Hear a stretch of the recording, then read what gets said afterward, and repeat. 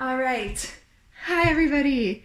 I'm surrounded by the ingredients for today's recipe. There's one thing in here that is more valuable than all the rest. That's right. Saffron. Saffron is worth more weight than gold. Worth more in its weight than gold. Saffron. And, interestingly, it's somewhat of a golden color. Oh, this is very possibly super old saffron. Ooh, oh my gosh, I hope I didn't inhale one. It's very lightweight.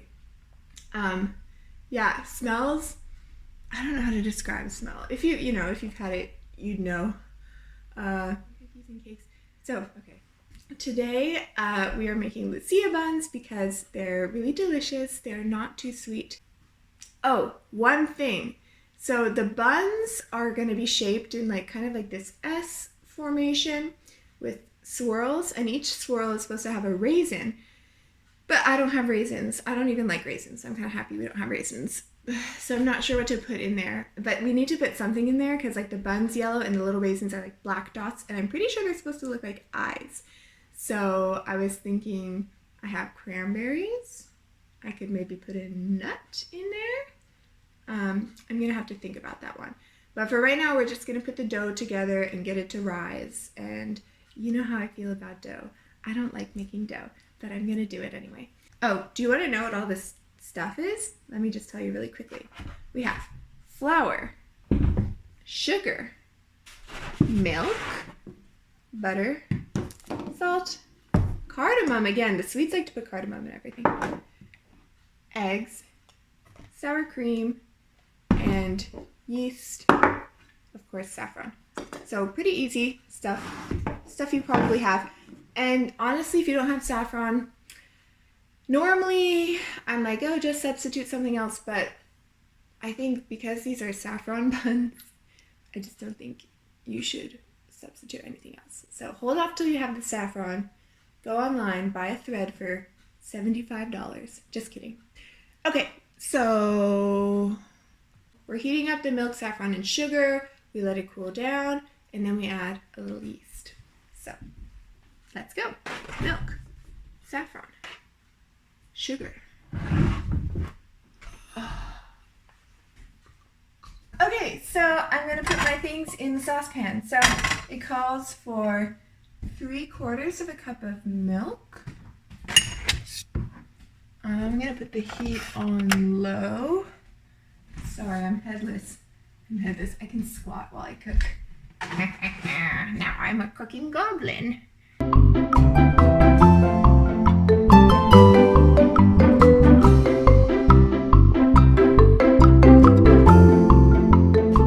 It's so cute though, and it says Spanish saffron. So I'm definitely going to refill this little guy. Okay. Wow, my milk immediately turned yellow. This is the magic of saffron. Okay, next up we have 1 teaspoon plus 1/4 cup, that's a weird measurement, of white sugar.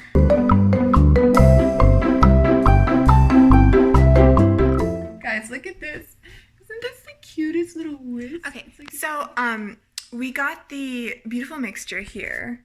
It's more yellow than ever, but it's a little too warm, so I'm kind of in the same position as I was yesterday, where I have to wait for the milk to cool down in order to add the yeast. So that's what I'm doing.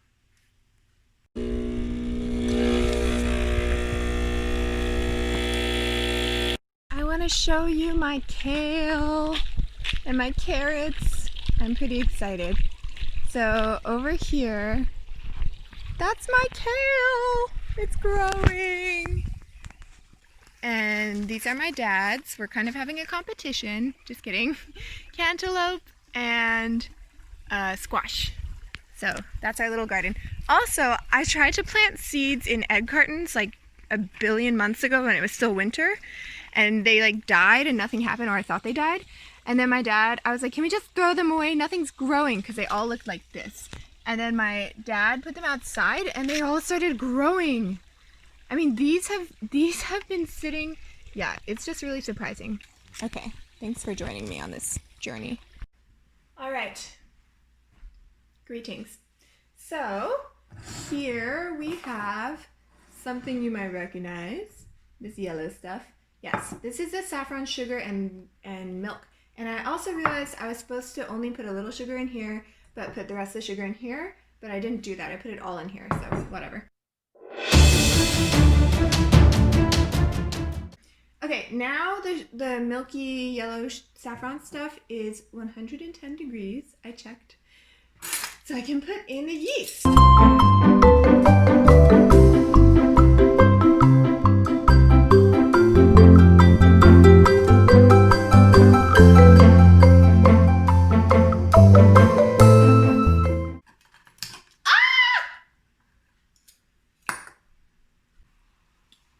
Okay, I cleaned up the saffron. No, I didn't.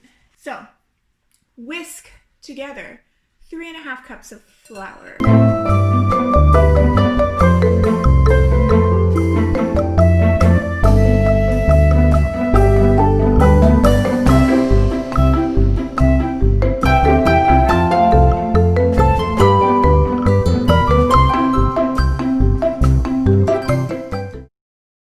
Hello.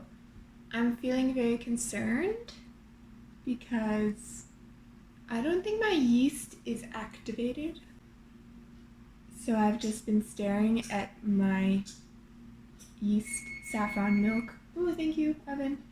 I've been staring at it, trying to see if anything's happening. So far there's zero action, so I might have killed the yeast. But it just might need a little more time. So I'm gonna keep watching it. Okay, quite a lot has happened. Well, basically a lot didn't happen because I was staring at my yeast mixture for a long time and it wouldn't grow. So I went to my dad because he had a period of time where he was making a loaf of bread every day and he knows a lot about yeast. We couldn't keep up with eating the bread, so he doesn't make it anymore, but it was very delicious while it lasted. Anyway, we kind of figured that the main issue was probably that I added all the sugar to this mixture when I was supposed to put it a 1/4 cup in here and a teaspoon in here. So he made a separate little yeast starter here. It's just yeast and water and sugar. So it's gonna change our liquid proportions, but this yeast is actually growing and this yeast is dead. So it's quite necessary. Okay, so back to the recipe.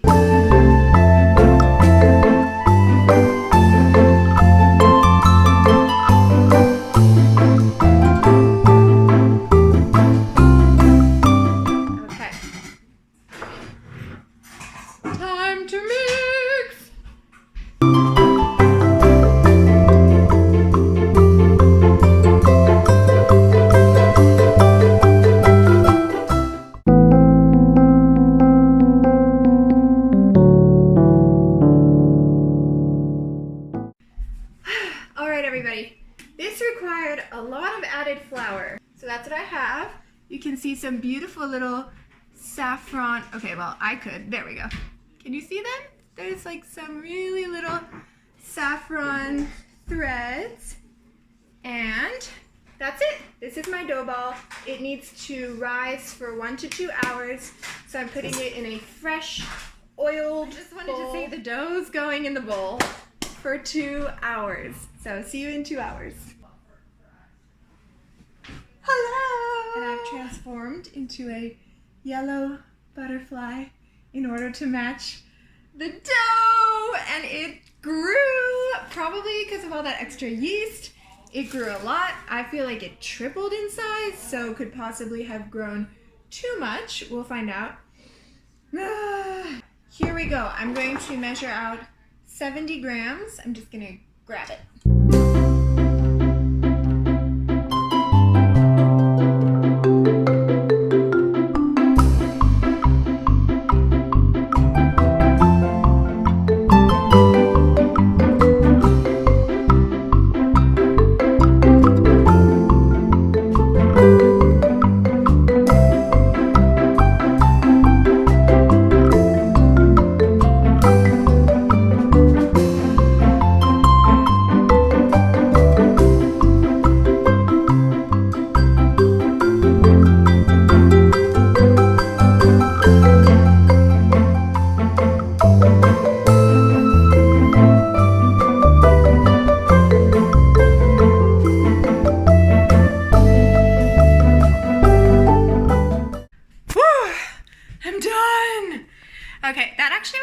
really easy and fast. So I declare this an easy dough.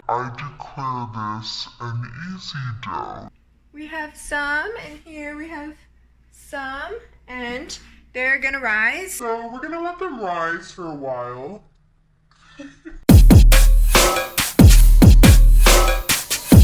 Welcome to the gun show.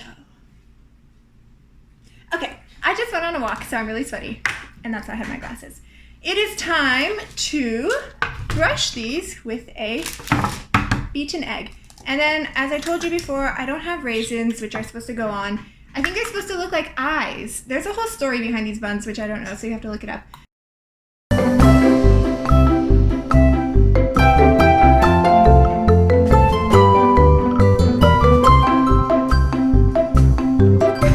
By the way, if you're wondering how many buns I made 1, 2, 3, 4, 5, 6, 7, 8, 9, 10, 11, 12, 13, 14, 15, 16.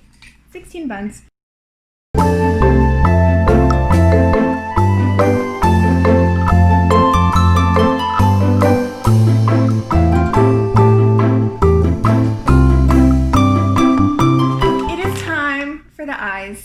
Lucia's eyes. Actually, okay, I don't want to like say what I don't know, but I'm pretty sure that her eyes got gouged out or something, and that's why we're making the buns.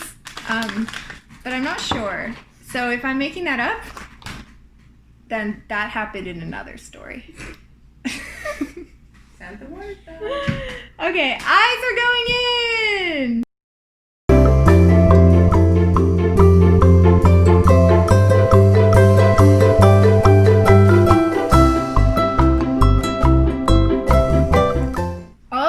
Have eyes, and they need to cook at 400 degrees for 10 to 11 minutes. I'm really happy the recipe said 10 to 11 minutes, because the other recipe I did said 30 to 40, and I cooked it for 40, and then they were like burnt. So it's nice to have a more narrow range. So I'm gonna cook them for 10 minutes. Come with me and fly. Having an audience is good. This is our oven. You're a little high. You need to angle down a little. Sorry, yeah. Emma, why is your name on YouTube Musicology 66? That's a good question. Hi. Since I had no idea what I was talking about earlier, I educated myself and I lied to you about everything related to these Lucia buns. So here's the real story. The buns that go with this traditional celebration are S-shaped and have a single raisin in the center of 2 spirals. It's thought that they were originally modeled after a sleeping cat, an animal that was once associated with the devil. Originally, the buns were called Lussekatter, devil cats. But later, the name changed to the more polite Lussekatter, Lucia cats. So I hope that helps you understand these buns. All right, it's been 10 minutes. It's actually been like 10 and a half. And here they are. Ooh, okay. They look a little golden brown. They're not as yellow as I thought they would be. Here we are. It's me and Alexandra. Hi. Official taste tester. Okay, I don't know how to know if they're done. By the way, do these look anything like a sleeping cat to you? Because they don't to me. Yeah, that one does look the head, and there's like a big fluffy tail. Oh, yeah. Kind of. Anyway, I don't know how to know if they're done. I thought I might just sort of like try to cut one to make sure it's not dough inside, because if it is, I'm going to put them back in the oven. So, let me just... Okay, they look cooked. Nice crumb. Nice. You can talk. Someone doesn't want to be on camera, but they can talk. Come on, disembodied voice. Nice crumb. Thank you. Okay, 1, Cheers. 2, 3.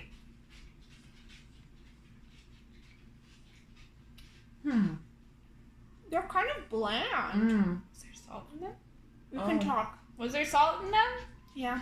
Cardamom, salt, sugar. I think they need butter. It's not very sweet. Can I try? Well, I can't add anything. May I try one? No. It's definitely a savory roll. It's not even. They need like, remotely sugar.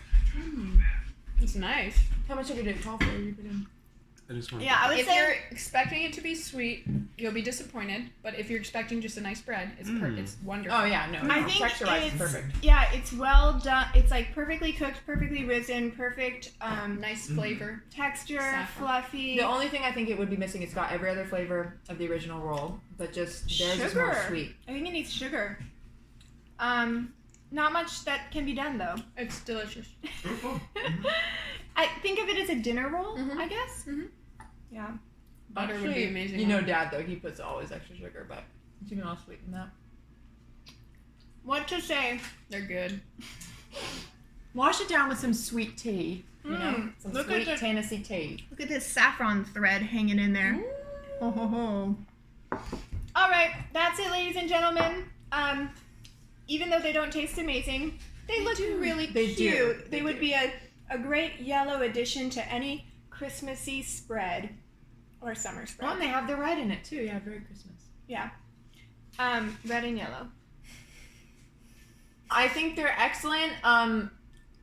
Yeah, not as sweet as I would expect for any kind of roll that looks like that, but it's still good. And you can always add like a cinnamon spread on top with butter or something with sugar. That's what I'm gonna do. All right. Thanks for watching. Let me know stuff in comments. Give me feedback. I'm always doing this part with food in my mouth. I want to swallow. Okay. Thank you and subscribe. Click that button. Bye. Bye. Hi. Okay, so one last thing is we did discover that cheese goes really well on it, so you could just make it completely savory.